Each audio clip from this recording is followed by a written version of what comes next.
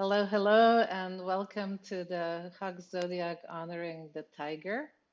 And this is particularly exciting to us for a number of reasons. First, being that we're anticipating the year of the tiger coming up. Second, that we have such amazing tigresses joining us from all parts of the world. And we're going to have Rama introduce us with a chant, Ayur chant for health and for lungs, which is what we all need right now. I won't spend too much time in the introduction because there's so much we want to cover with this endangered animal. I love so much, and I'll pass it on to my longtime collaborator, Siddharth Ramakrishnan. Hi, everyone. Welcome to the Hox Zodiac show, I guess. And what we're doing is we are trying to get us all back in touch with our inner animals and realize that humans as a species are also animals. And we tend to forget that. We're honoring an animal of the Chinese zodiac each month and discussing different things about it, and also understanding how humans function within this ecosystem of animals, especially which is critical now in the time of climate change and all these different things going around in the world.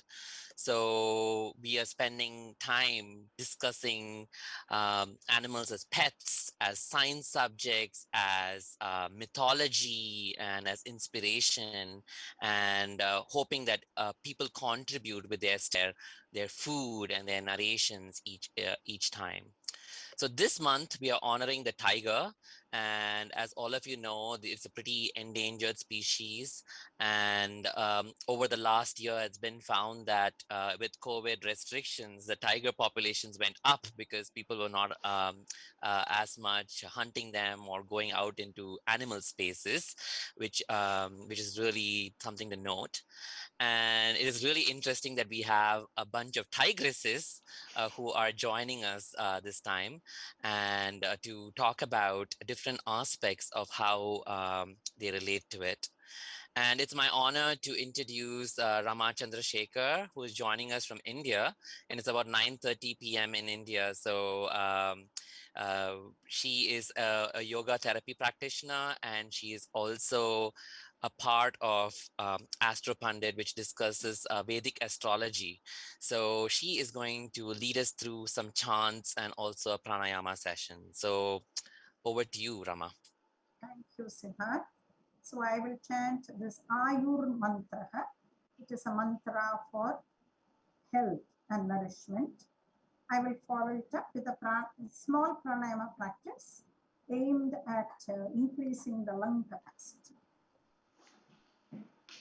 Om Ayurdhehi Om Pranandhehi Om Apanandhehi Om Dhyanandhehi Om Chakshurdhehi Om Shrotrandhehi Om Manodhehi Om Vachandhehi Om Atmanandhehi Om Pratishhthandhehi Om Mandhehi Om Mayidhehi Om Shanti Shanti Shanti. So a small pranayama practice. You can join. Make a fist with your hands. You will, on inhale, take your arms up. On exhale, bring them down fast. So you can do even or take it all the way up.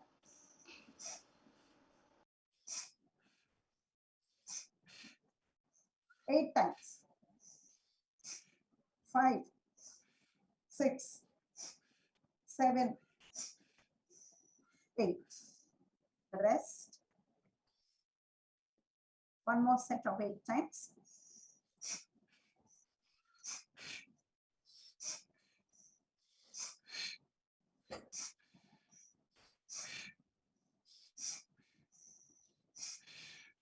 Eight. So that clears the nasal passage. Now keep your hands, the curve of your thumb and front of the hand at the waist, and the 4 fingers at your abdomen. On inhale, feel your abdomen fill up with air. Slow, deep inhale, slowly exhale. Your abdomen will collapse. So do that 6 breaths.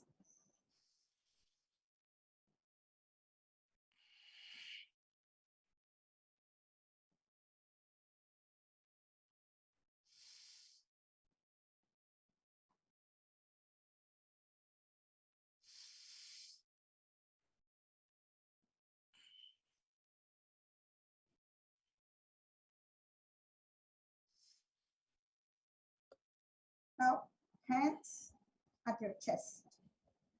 Fingers in front, the curve under your arm. Inhale, feel your chest open. Exhale, relax. 6 breaths.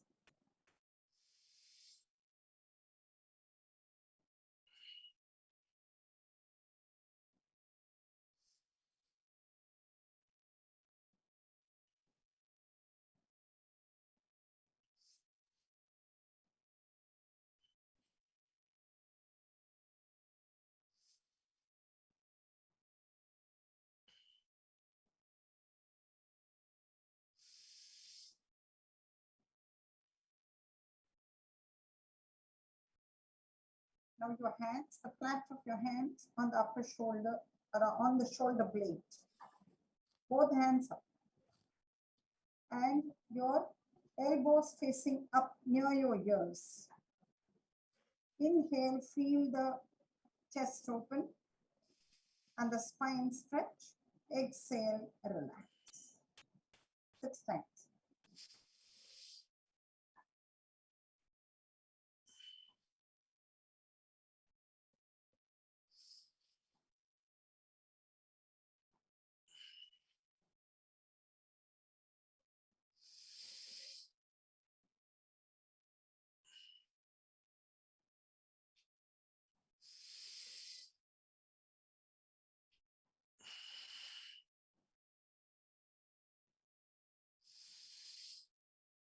So you can do this several times a day.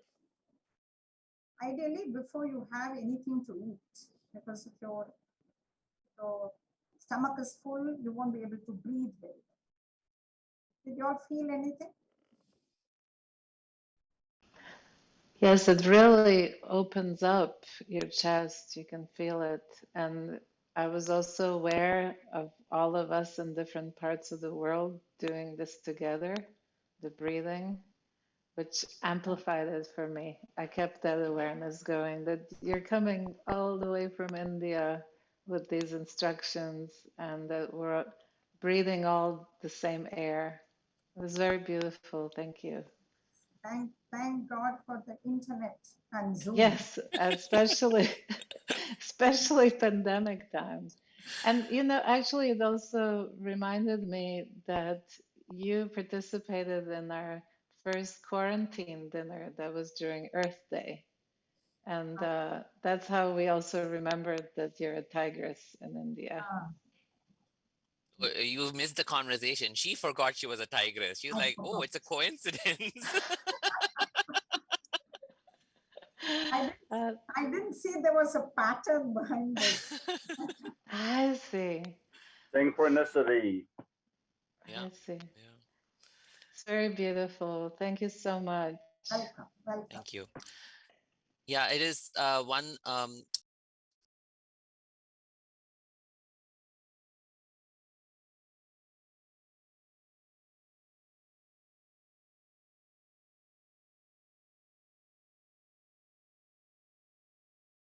and have our tigress Extine Burrow lead us through a presentation.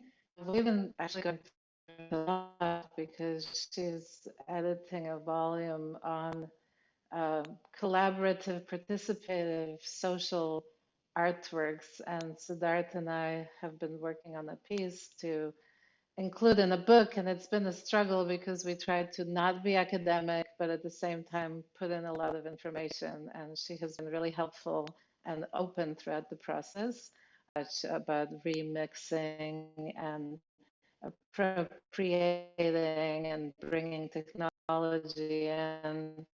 So she was just the right person to guide us through this, and a wonderful person to introduce us to some of the ideas she has as a tigress.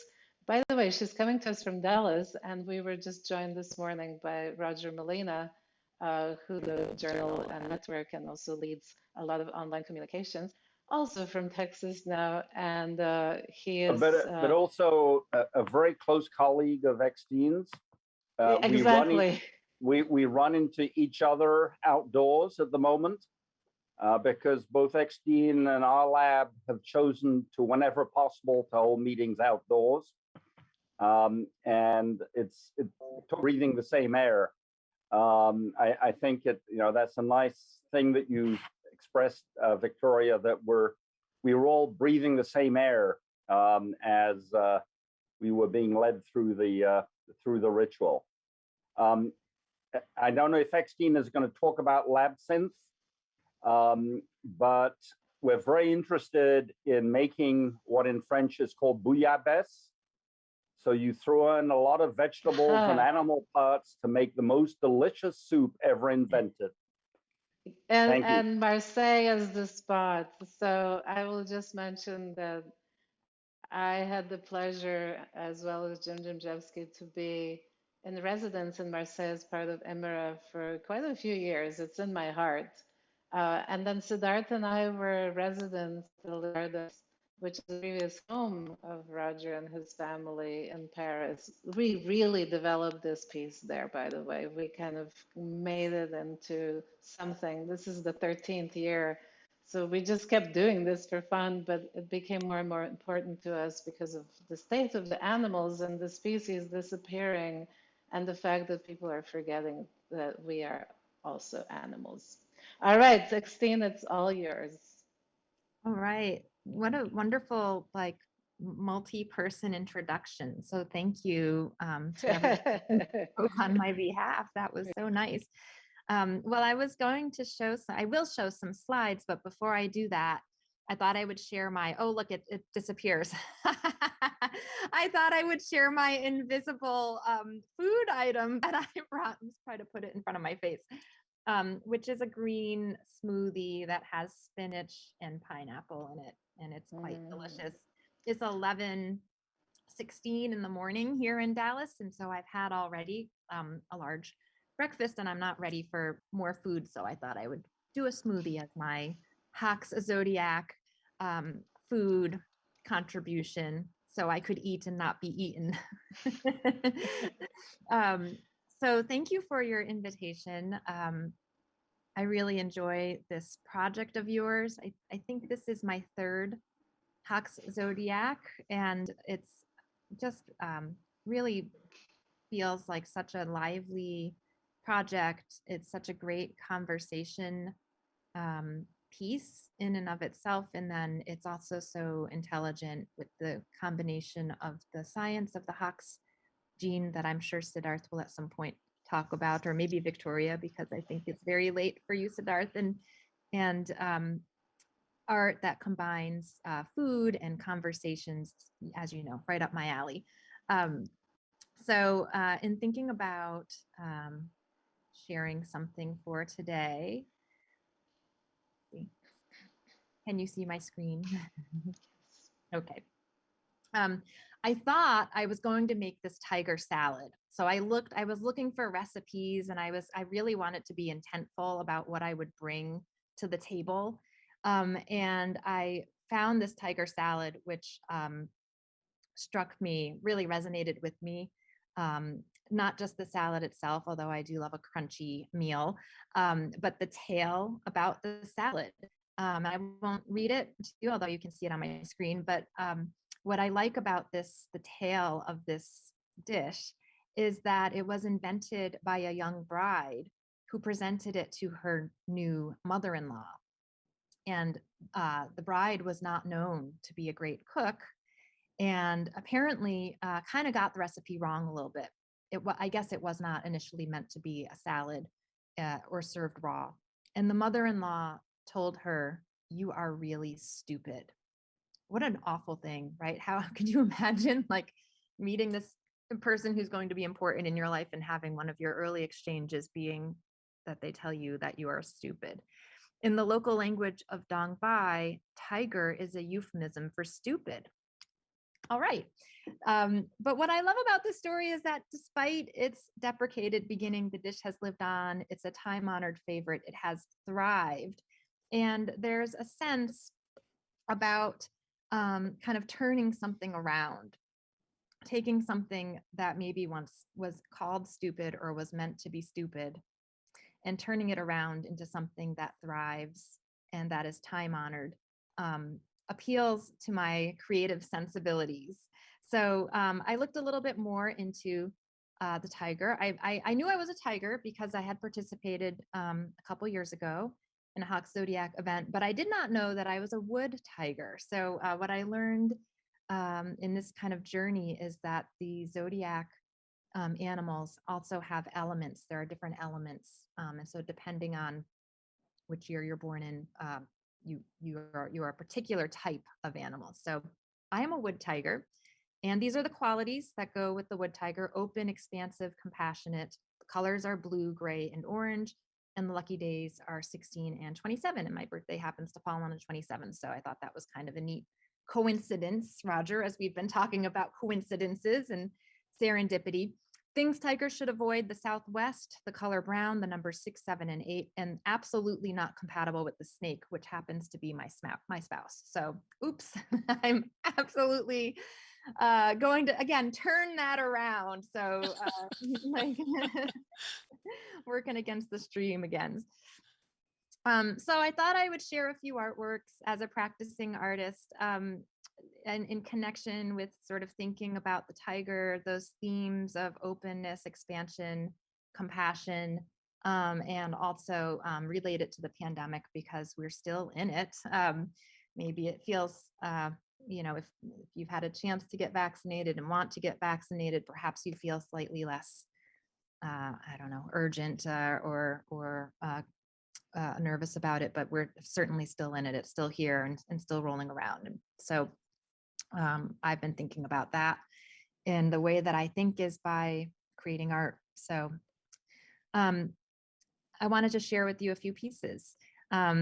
This one was made right in the early part of the pandemic for us in Dallas. So we went on lockdown in March, and this was a pivot on another piece that I had just finished putting together right in March, and we quickly took the tools of that and turned it around to speak to the pandemic. And it's a piece that includes kind of a whole data set of videos of people in their kitchens. And so there's a lot of food in the piece, which reminded me as well of the Hox Zodiac as a project that involves people and foods and thinking about the politics of food. This is a remix work, and it takes on the largest open access data set of first person vision, which is called Epic Kitchens. So Epic Kitchens is a very large data set of people in their kitchens. And the Open Kitchens researcher, or the Epic Kitchens researchers, are collecting these videos of people in their kitchens that people self-annotate, and then they're using it to train machine learning. I thought about these videos of people in their kitchens as being charged, as being in the domestic space, And I thought about how we're washing our hands all of the time. So what you saw on that video was sort of a little bit of a documentation. It's really an interactive project. It's meant to be seen in a web browser, but it's a pairing of quotes written about pandemics from the past, juxtaposed on top of the people in their kitchens, and specifically videos that have been tagged with the words wash and hands. The next piece I wanted to share is a work from LabSynth. LabSynth is a creative laboratory here at the School of Arts, Technology, and Emerging Communication in Dallas, at UT Dallas. And we're a creative framework for collaboration. And this is a piece called Syntonic Refuge. This is a piece that is about contemplation. So again, going back to that theme of compassion, it's a work of art that invites two people, could be people who know each other, it could be strangers, to sit next to each other. And I'll see if we can play the video. Maybe it will explain itself, but if it won't, I'll talk again afterwards. Measuring our heartbeats and displaying. Assuming I have a heart. Yes. You're white and I'm older. Oh my God. Where's the sensor? Sensor in our fingers. That's why one asks where the is. Yes, that's gravity. And it's too hard to mean as a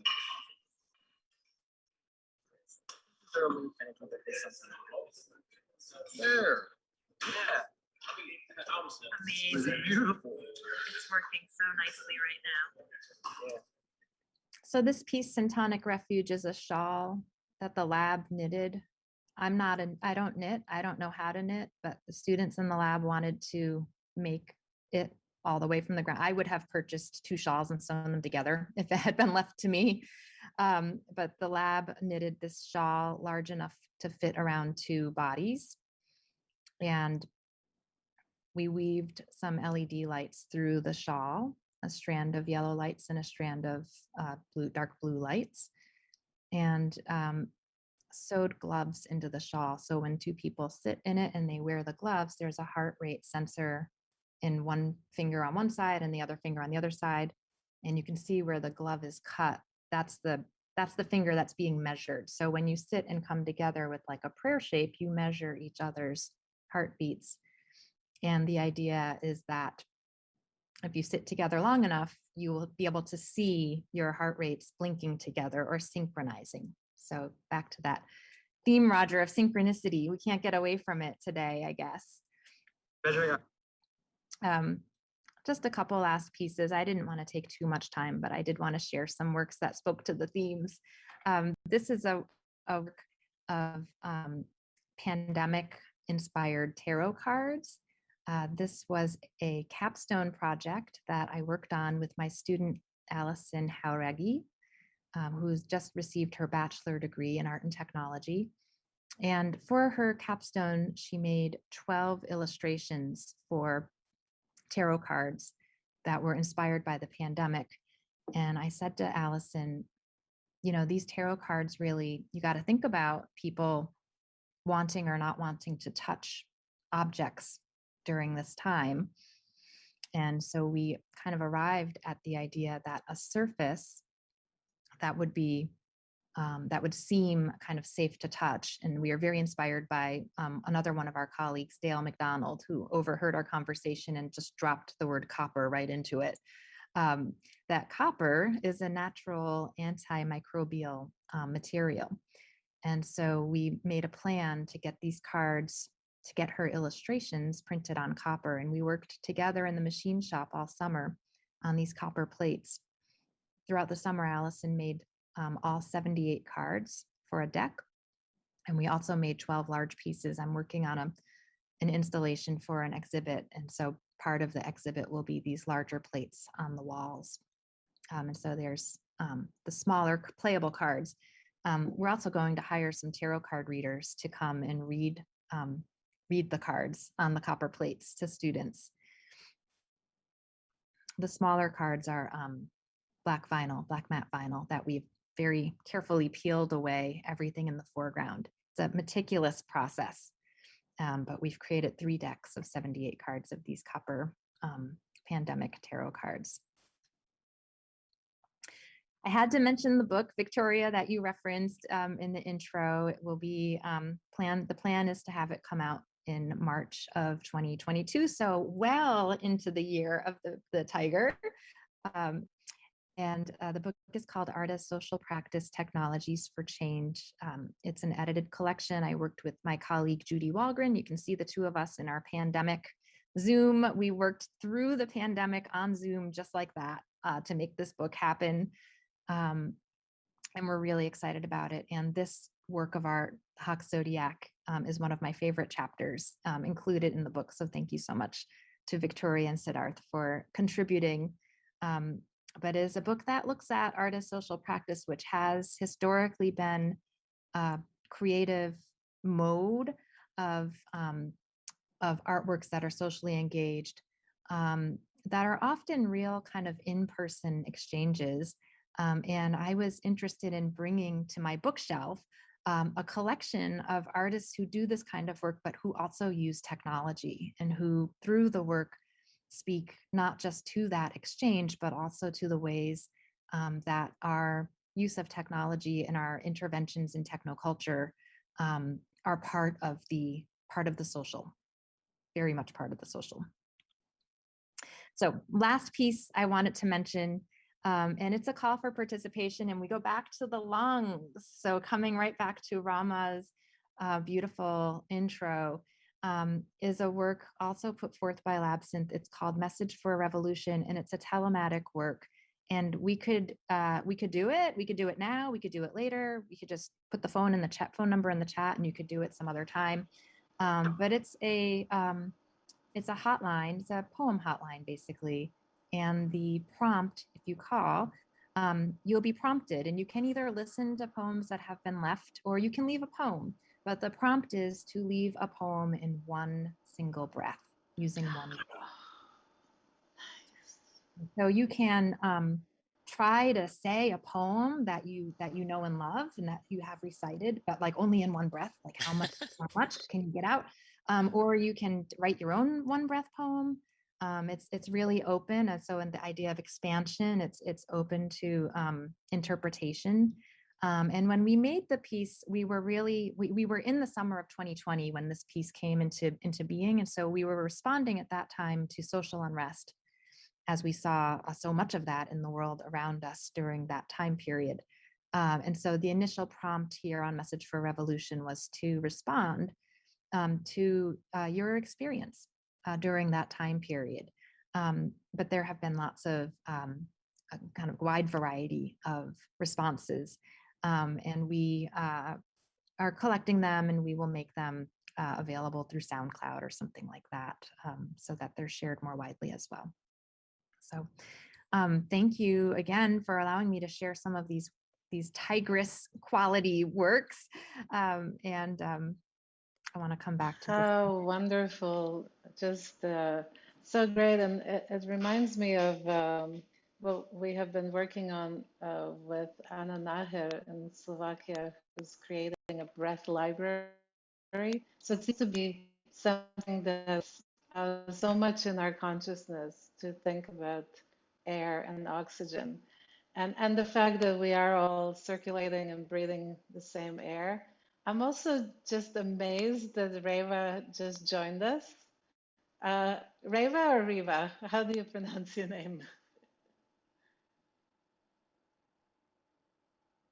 Hi, Victoria. Hi, everybody. Hi. Hi. It's lovely to be here. It's a little bit late. It's 2:32 a.m. in Brisbane. I know. We were thinking that no way are you gonna make it.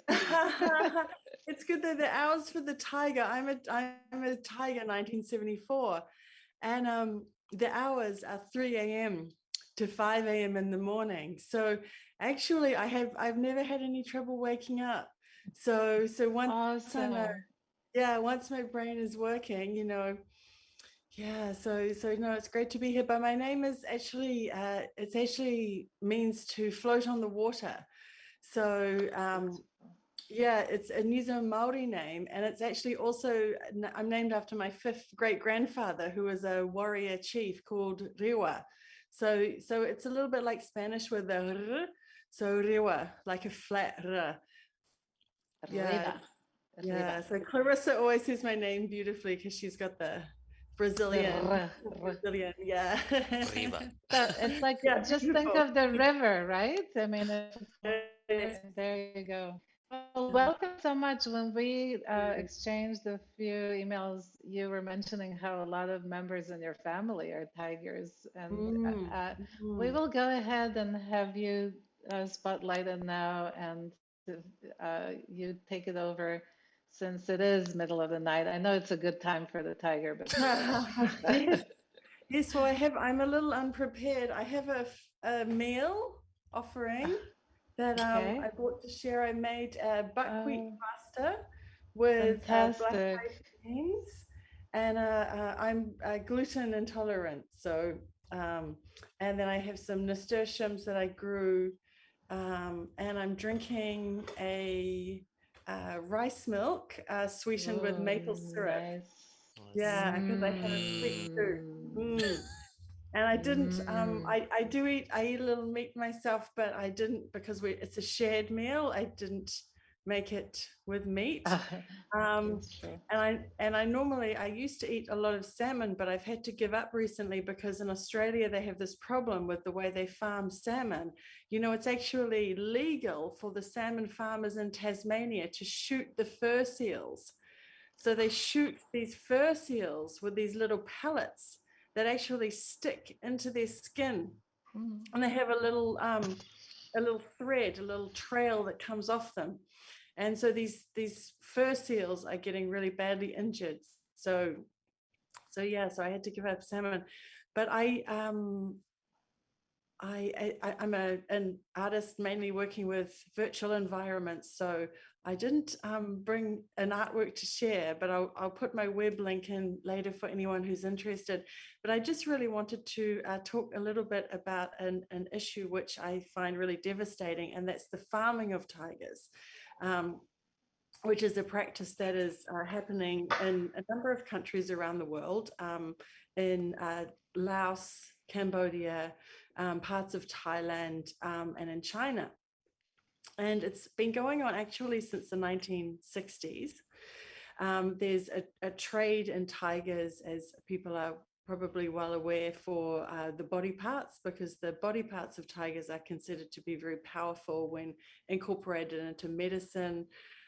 Also, people are very still wish to collect parts of tigers, like the skins, for their own pleasure, and the heads and this sorts of thing.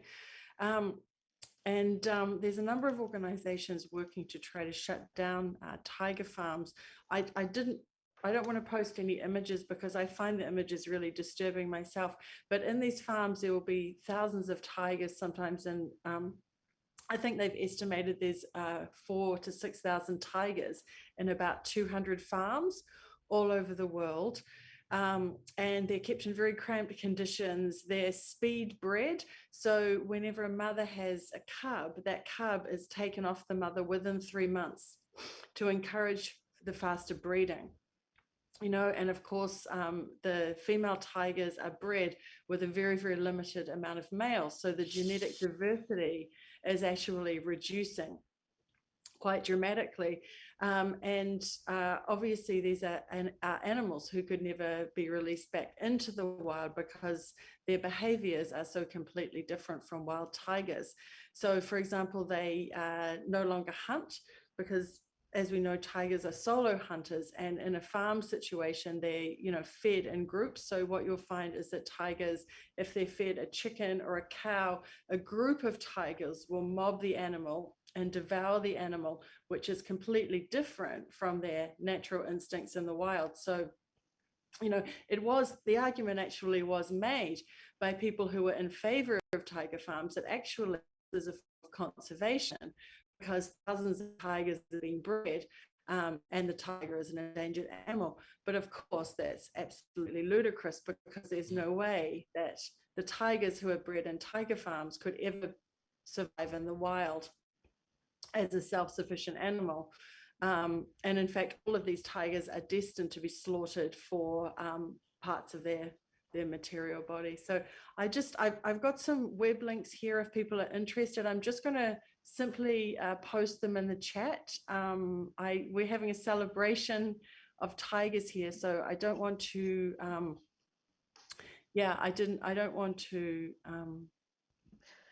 post disturbing pictures here. I'm just going to simply, if it's okay, post the links in the chat, and then if people are interested, they can follow later. So there's a number of links there if anyone's interested in following up. And so that is my offering, except that I will post in a couple of artwork links as well, if anyone has time to follow up. Reva, I'm really glad that you brought this up, because a big part of this project is to dispel a lot of superstitions that are actually related to the zodiac and to some of the false Chinese medicine. And I say false because it evolved and got corrupted into something completely different. The same is true for the astrology. When Extine was saying, I'm not supposed to get along with a snake, that's ridiculous. I mean, another terrible superstition that actually is promulgated and keeps going on. And it's so bad that certain years women will have more abortions because they don't want their child to be a certain sign. And then the dragon comes along and there's like a population boost because everybody wants a tiger child or something like that. So I think it's really important to also share this with people who understand the zodiac in this way, and we connect it, of course, to science and to genetics and the idea of hybridity, also culturally. And it's so wonderful to have you with your background come to this table, if you will, and really bring up this red flag, which eventually would have come up in, discussing the tiger. And I appreciate you not showing the images because it is very, very disturbing if we're having dinner, but it is really a critical thing to make people aware of. And the tiger is so much in the collective consciousness right now. Even in the most ridiculous way.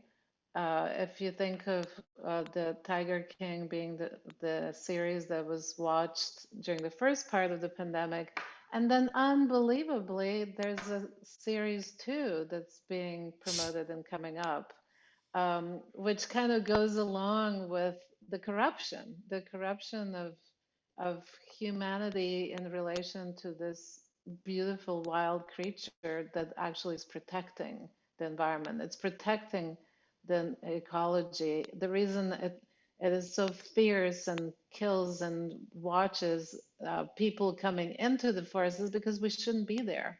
We need to stay out and let the earth have its areas that are for the lungs, for the environment. And if we destroy them, we're again destroying ourselves. It's again this kind of symbiotic relationship that people forget about. Yeah, absolutely. That's exactly right. I couldn't agree more. So any last comments that you may want to share, maybe from your background or your family? I thought that was an interesting thing that you mentioned.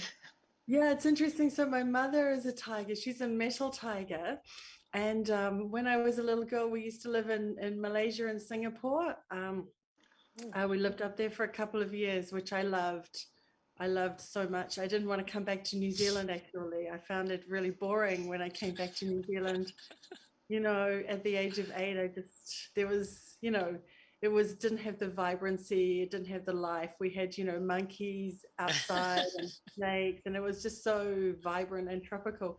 But we were in a car one time with a lot of her Chinese friends, and we were driving along, and there was a new person we didn't know, and they were asking what our astrological makeup was, and so my mother said her year and her birth date, and they said, oh, tiger, metal tiger. And then, so how about your daughter? And then I said mine. They're like, two tigers in one family.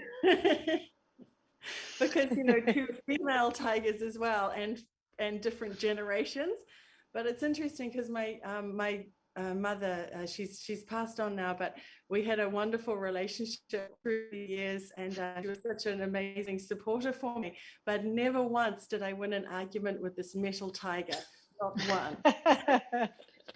and my spouse is a tiger also, so go figure. That's fascinating. Wonderful. So Cece Hart also joined us, which is wonderful. Hi, Cece. Where are you joining us from? I live in San Francisco, so I'm out near the ocean. And you are, what is your sign? Oh, I'm a snake. That's right. Yeah, So I'm you a and snake. Lindy are snakes, and you both volunteered to come and say a few words about the tiger, which takes us back to Extine, who was Yes. saying, oh, snake and tiger don't get along. And we're saying, no, no, no, no. Look at the two people who volunteered to be here. They're snakes. And we have a little one, mini me with Lindy. What sign is she? Remind me. See, I think it's a rooster. Oh, we need to check that. Yes. Hold on, I'll look behind you. Okay. She's a 2017. There you go. She has stolen my offering. Aha. The rooster has come and taken my snake egg. So speaking of Riva, I hope you take a photograph of your offering before you eat it up so that we can add it to our cookbook. And Cece, did you have anything to share with us? In love with tigers. Yeah, actually, I've got quite a few things to share. I want to share my offering. I'd like to show it to you. I'd also would like to share a tiger story, and I also want to note that I'm wearing my tiger dress. Nice. I'm wearing my tiger dress. Very nice. Yeah. So in general, I'm not a fan of animal prints.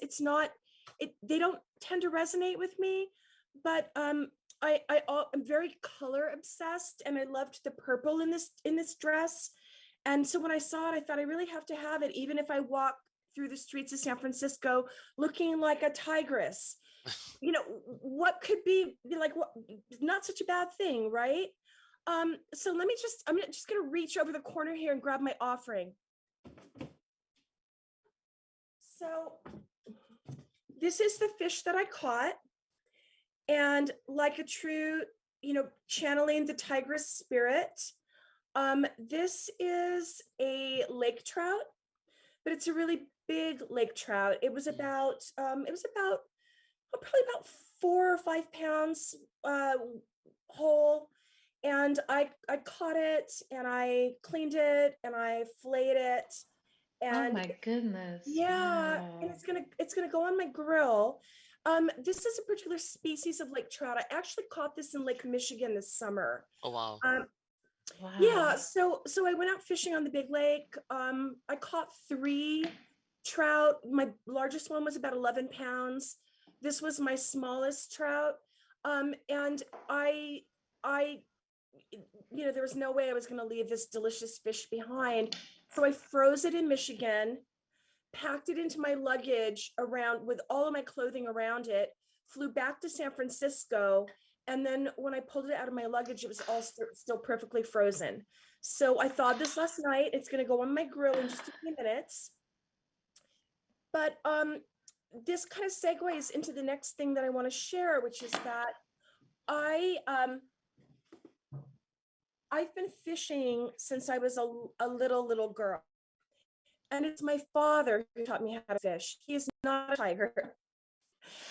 But I'm one of 3 girls. And one of the things that you learn when you have same gender siblings, and when you're the middle child, and when you're the only redhead, you sort of like try to find your place. And I knew that my sisters really didn't like fishing, but my dad did. And I knew, I remember like calculating this, and I was so tiny, I was about 4. I thought, my sisters don't like to fish, and I kind of like it. And if I learn to really like it, I can have my dad all to myself. And so I did that. I became his fishing buddy. And so the story I want to tell you is about my father and my older sister, a time when we were very small. Actually, my older sister's a rabbit. This is my print from China of 2 rabbits, and I'm actually drinking from my rabbit mug this morning in honor of my older sister. So when our little sister was born, our parents put us in the same room, my older sister and I sleeping together in the same room, our little twin beds. I was 2.5, Elizabeth was 4. And one night she was sobbing in bed, crying and crying. And I said, Bethy, what's wrong? What's wrong? She said, there's a tiger under my bed. There's a tiger. And so I started crying because there was a tiger under her bed. And we're sobbing and wailing. And of course, my parents with a newborn and, three kids under the age of 4, they came into the room and said, girls, what's wrong? And Beth said, there's a tiger under my bed. And so my mom sat with us and she said, okay, Daddy's going to get the tiger. So what my father did is he went out into the garage and he got his great big double sleeping bag and he unzipped it. And he came into the room waving the sleeping bag around. He said, okay, girls, you got to get out of here. I'm going to get the tiger. So my mother ushered us out of the room and my father banged on the walls and shouted and screamed, kitty cats are not allowed in this house. And he burst the door open with a sleeping bag in his arms, wrestling it. And he said, girls, you got to come with me. And he ran to the back door and ran out into our dark backyard and flung the sleeping bag open and said, kitty cats have to sleep outside. And Elizabeth and I went back to our bedroom and we fell asleep. and there were no more tigers. And that taught me something about fear. My father taught me something about fear, which is that we make it what it is. We build fear. We build that initial instinct. We've got the option to build it large or to let it stay small. And in the ritual that my father performed, in this drama that he created, he gave us the gift of believing that the tiger was banished, at least for that night. And so the interesting thing about the fish that I caught is there was talk about actually not going out on the lake because there were 6-foot swells, which are pretty big for a small boat. And there was a moment where I was kind of afraid. When the swells are that large, you drop down into a trough and you can't actually see over the waves. And it's just a little intimidating. And when I was out there, I spent a lot of time sort of channeling my father and he's been gone for many years. He died when I was 23, so I actually haven't seen him for a really long time. But I spent a lot of time feeling that presence and the way in which he could, with such a simple gesture and some storytelling and some drama, that he could take my large fear and make it very small. And so what I focused on when I was, out there on the boat and the waves were really large and I wanted my fish, was the idea that fear can be a big thing. It can be a small thing. And I made it small that day so that I could stay out, thought about my father, thought about the idea that I'm safe, know how to swim. You know, I've got everything that I need. If something difficult happens, I can do difficult things. I can do tough things. So I wanted to close out by reading a poem that's always been one of my favorites. I want to read for you William Blake's The Tiger. Oh, beautiful. And one of the reasons why I wanted to read this is because really it's a poem about questioning God and questioning the nature of why would God create both the lamb and the tiger. So The Tiger by William Blake. Tiger, tiger, burning bright in the forests of the night, what immortal hand or eye could frame thy fearful symmetry? In what distant deeps or skies burnt the fire of thine eyes? On what wings dare he aspire? What the hand dare seize the fire?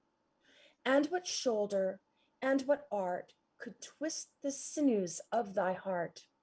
And when thy heart began to beat, what dread hand and what dread feet? What the hammer, what the chain, in what furnace was thy brain? What the anvil, what dread grasp, dare its deadly terrors clasp? When the stars threw down their spears and watered heaven with their tears, did he smile his work to see? Did he who made the lamb make thee? Tiger, tiger, burning bright in the forests of the night, what immortal hand or eye dare frame thy symmetry? Thank you, William Blake. Thank you. Thank you, that's all I have. Cece Yeah, Hart. that's all I have to share. Thank you. Oh my goodness, that was such a gift, and I love Blake, and it's so wonderful that you brought that in, and absolutely dispels the superstition that snakes and tigers don't get along. It's beautiful. I love the story also because your dad didn't shoot the tiger or kill the tiger, but actually trapped the tiger and said kitty cat sleep outside and pushed it Yes. out. It's way different than so. And so much of it is about fear when you talk about tigers in relation to humans, but they're supposed to be the guardians, as I was mentioning earlier. So if you stay away, they're actually protecting us. If you're facing them, they may eat you. So you have to really be aware of your demons and where they're protecting you and where you're crossing the boundary, as we are doing as humanity. It's beautiful. Thank you. Thank you so much, Cece. Thank you. And It's really Clarissa is here from Brazil, always joining the hugs. We just love this dragon girl. Hi, Did you? hi, Steve. Hi, so good to see Hi, you. all. Hi, real well. It's so great. And look at your beautiful background. Now you are a cat goddess. We know you're a dragon, but you have so many cats and you love them so much. I know you have something to say here, and we're probably going to have some cat meowing in the background, which is perfectly fine. But you know, today they are all sleeping because I gave them some chicken, so they love it. Yeah. Wonderful. Well, welcome and tell us what you wanted to share with us. It would be so nice to hear from you. Thank you, Vicky. So I'm also wearing a feline T-shirt. It's the same as Cece. I usually do not wear animals patterns, but I got seduced by this stamp that's a little red. But since you said I have this cat family together, so I'm part of a cat family. And I just saw the T-shirt and got attached to it. And today I thought it could be important to, I know it's, we are here honoring the tiger, but as we understand, we are at the same time honoring the entire feline family. And here in Brazil, we have this beautiful feline, biggest in the country. That's the jaguar. We call onça pintada. And last year, we had a very dramatic situation in the wetlands in Brazil. I found out that sometimes people refer to this oh my God, this place wherever in Brazil as something that's hidden from the world. It's not that promoted as Amazon is. It's small, but it's the biggest wetland on planet Earth. And it's the place in Brazil where we have the young males of this feline, the jaguar, living. And you have the biggest fire ever last year, and it was extremely destructive. And I would like to share some information about it. Is it okay if I share the screen for a while? Absolutely, yeah. So this is National Geographic. So it's in English and all can read. And it was dramatic for the jaguars, but as we can understand, it was even more dramatic for other animals as big snakes who lives there. And so a huge percentage of all this fauna got burned, and it was not possible to instantaneously go there and help and somehow rescue. But some groups, they could go, they could rescue, and they are now returning some animals to the place. And this is the region. If you consider São Paulo, that's more well-known, and Bahia. So here in the center of the country, or the central part of South America, we have part of this, the Pantanal, or the wetlands in Bolivia and Paraguay territory. First, the main part is in Brazil. And the sad thing is that, same as in Amazon, together with this beautiful wetlands full of birds and mammals and reptiles, we do have people still considering doing this or running this cattle ranch. But we have news. So today I'm not bringing only bad news, and I decided to bring this initiative that is related to the consideration of having sort of organic cattle ranches. And they have more, they're following protocols, including protocols to establish production and social, using protocols for the production and social and environmental criteria. And as my offering, today I'm drinking a ginger tea. And this is just to remember the inflammatory and antibacterial properties of ginger. They do not only work for us, and they are not curative and healing for humans, but they can be used to help all mammals and well, when there is the need. Okay. So yeah, and if I can say there, having or belonging to this cat family it's extremely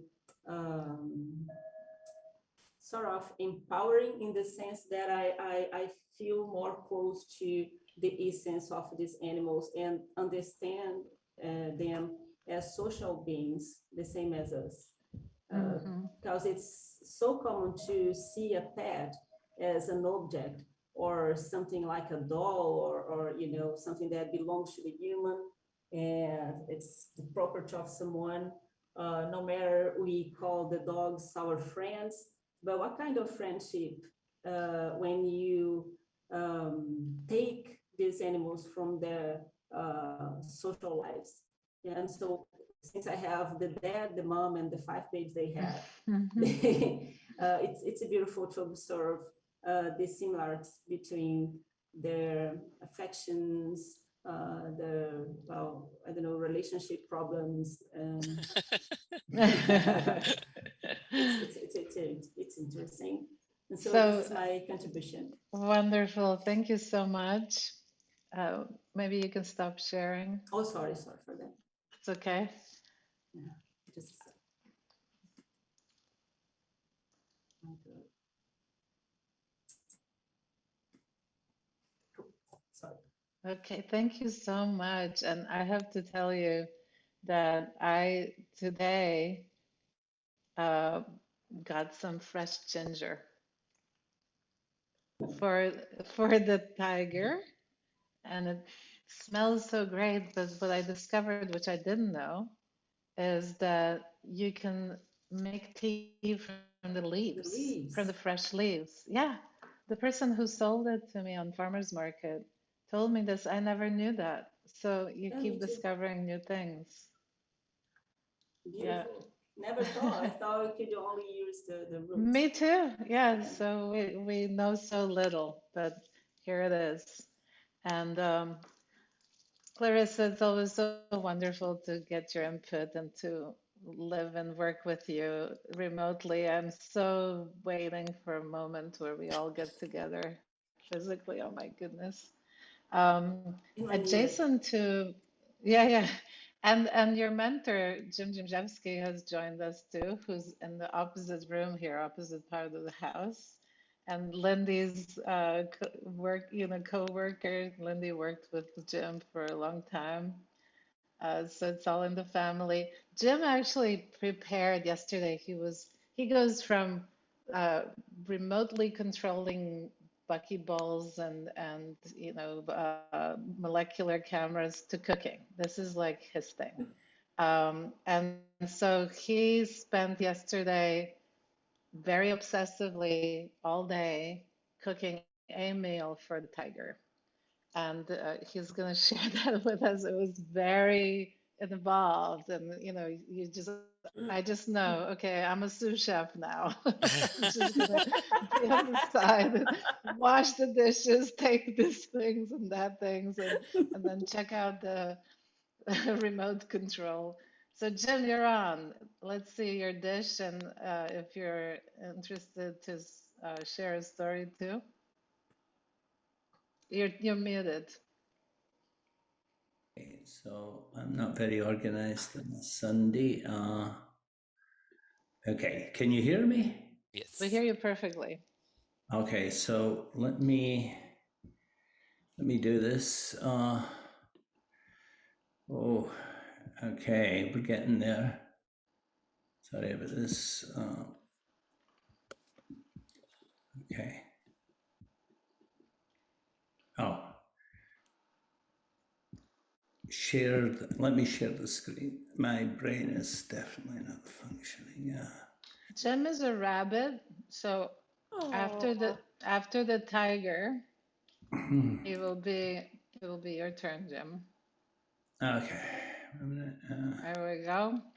Okay. We're getting there. Poulet chasseur. It's chicken chasseur.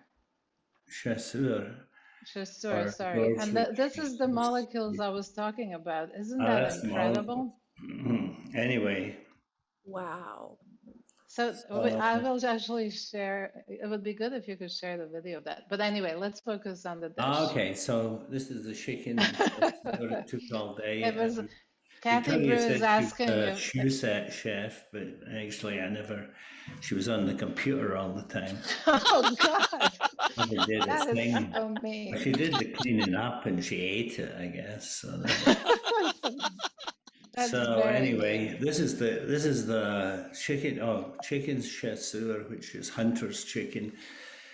Traditionally, it was served in autumn because they would go hunting for things like you can do it with rabbit, for instance, and at the same time in the forest there are mushrooms, and we actually found a porcini mushroom the other day in the forest. It was very nice.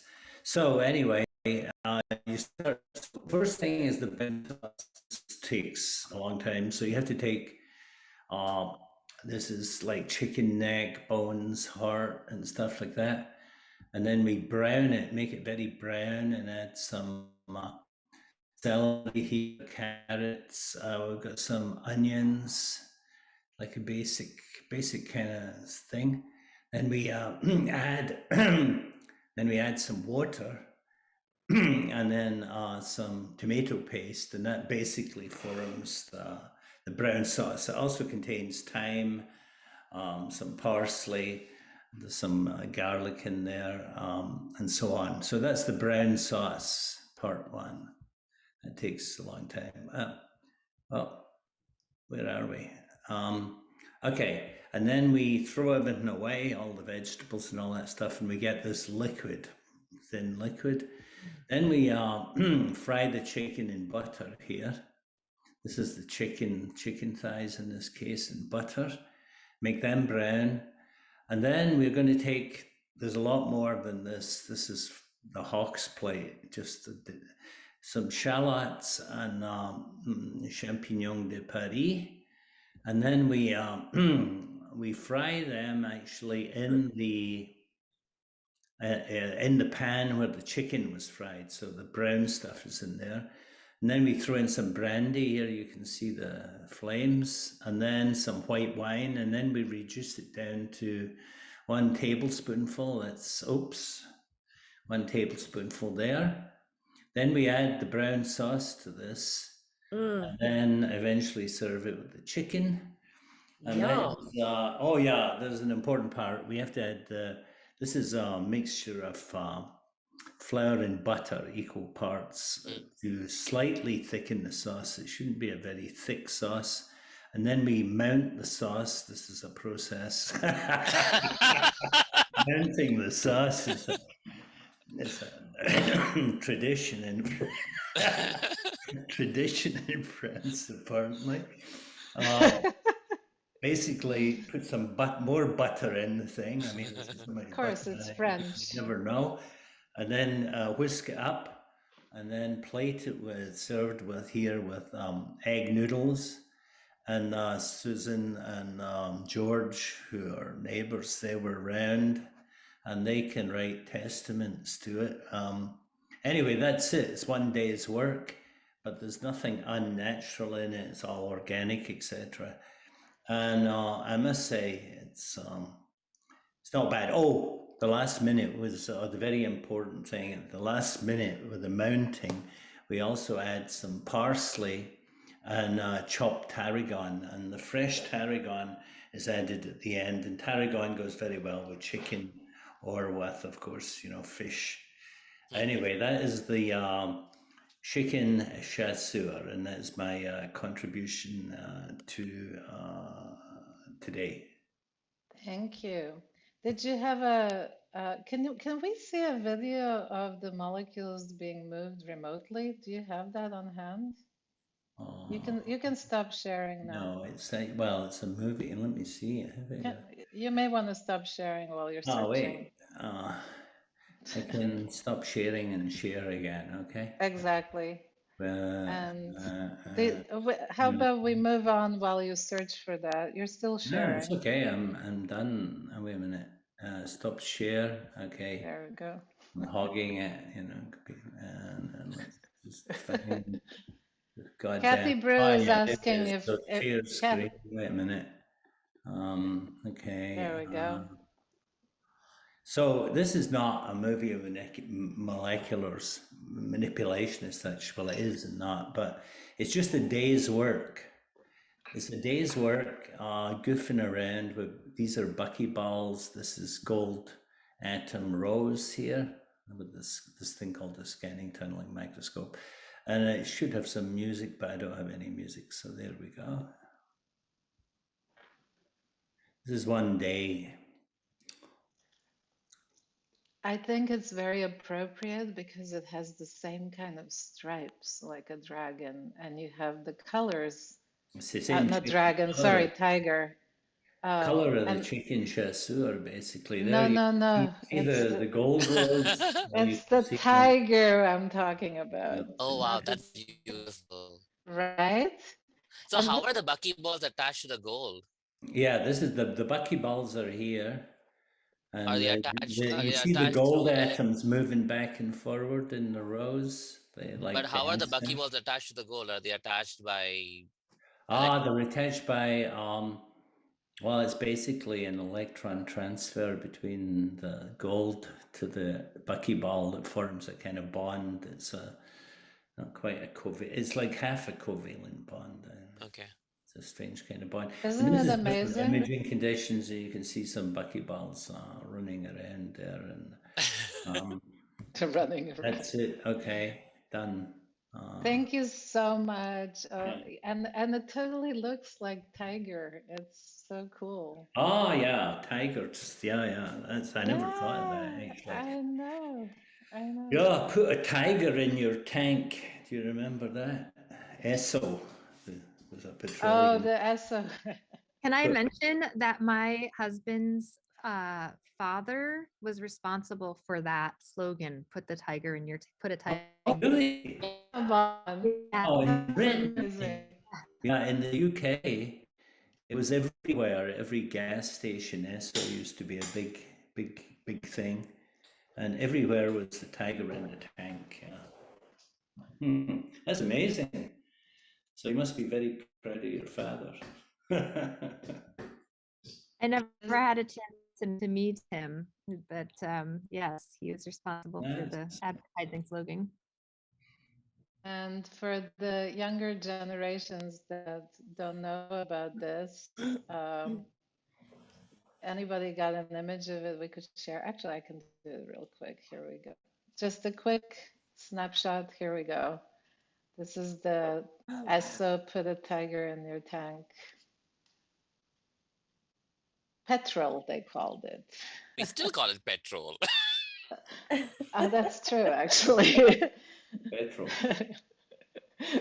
That is true. And which they don't have right now in the UK. It's all like they're out of petrol. So Oh, is that right? yeah, there's because of Oh. Brexit, they have a huge shortage of fuel.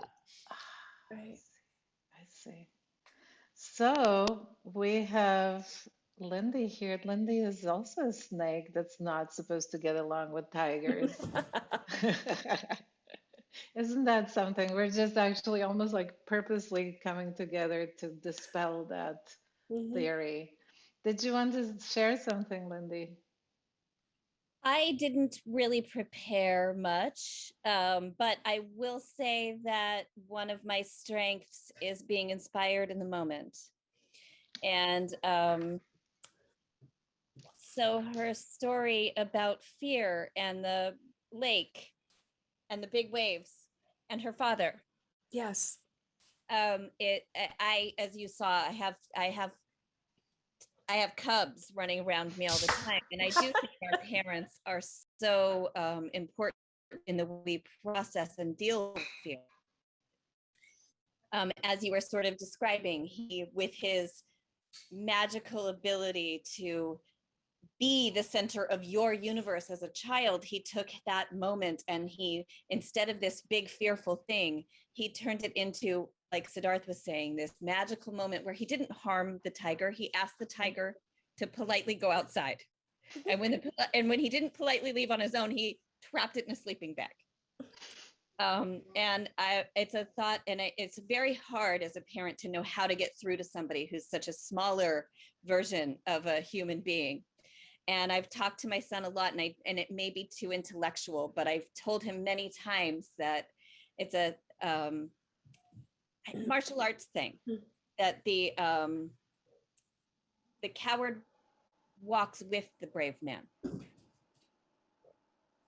They are two sides. They are the same person. The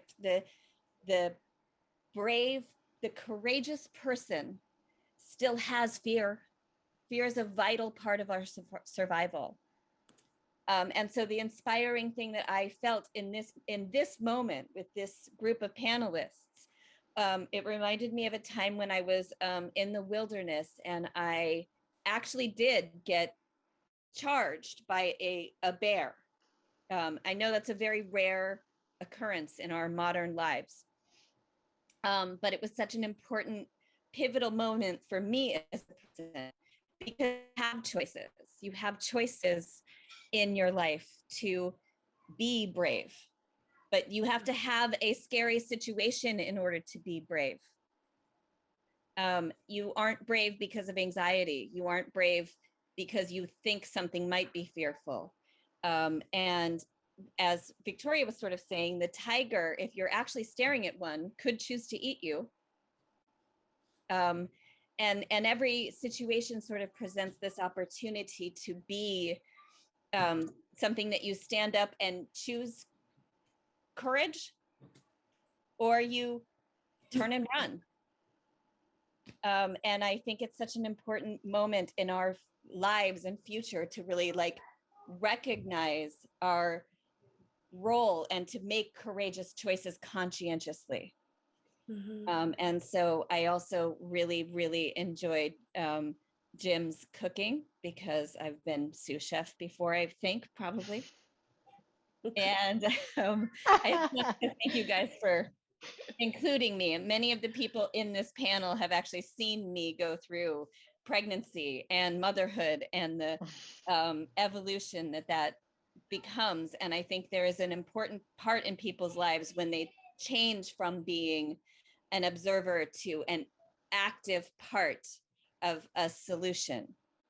And so I hope that we can all be active parts, the people who in a responsible position are able to communicate well and stand up and make it clear, instead of further confusing the division in the world. We're all using like the same words and different meanings of them often.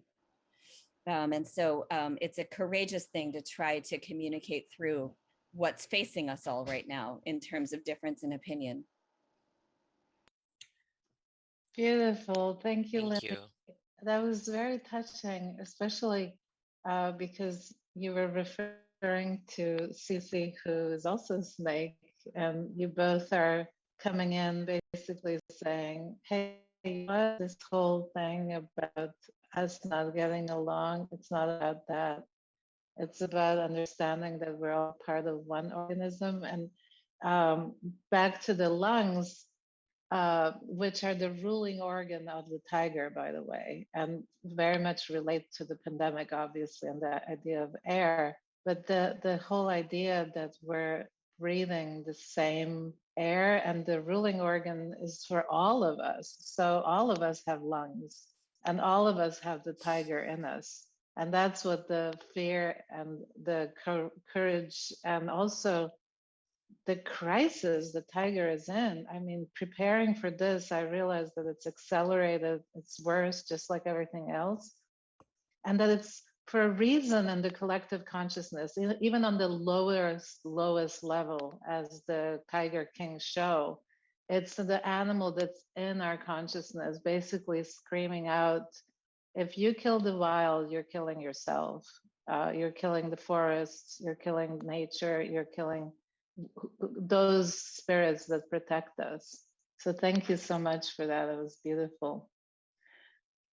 And how to let the wild exist without like totally, I mean, I live with little kids, how to nurture the wild. That's true. So Siddharth, any last words? Yeah, I would ask all of you to share this, the Hox Zodiac website with everyone. And also, we will be honoring the rabbit next month.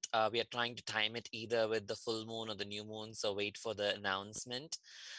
We kind of shifted this to the closer to the new moon of October 4th, because the Navratri, which is the honoring the mother goddess festival, is starting in the new moon in a couple of days.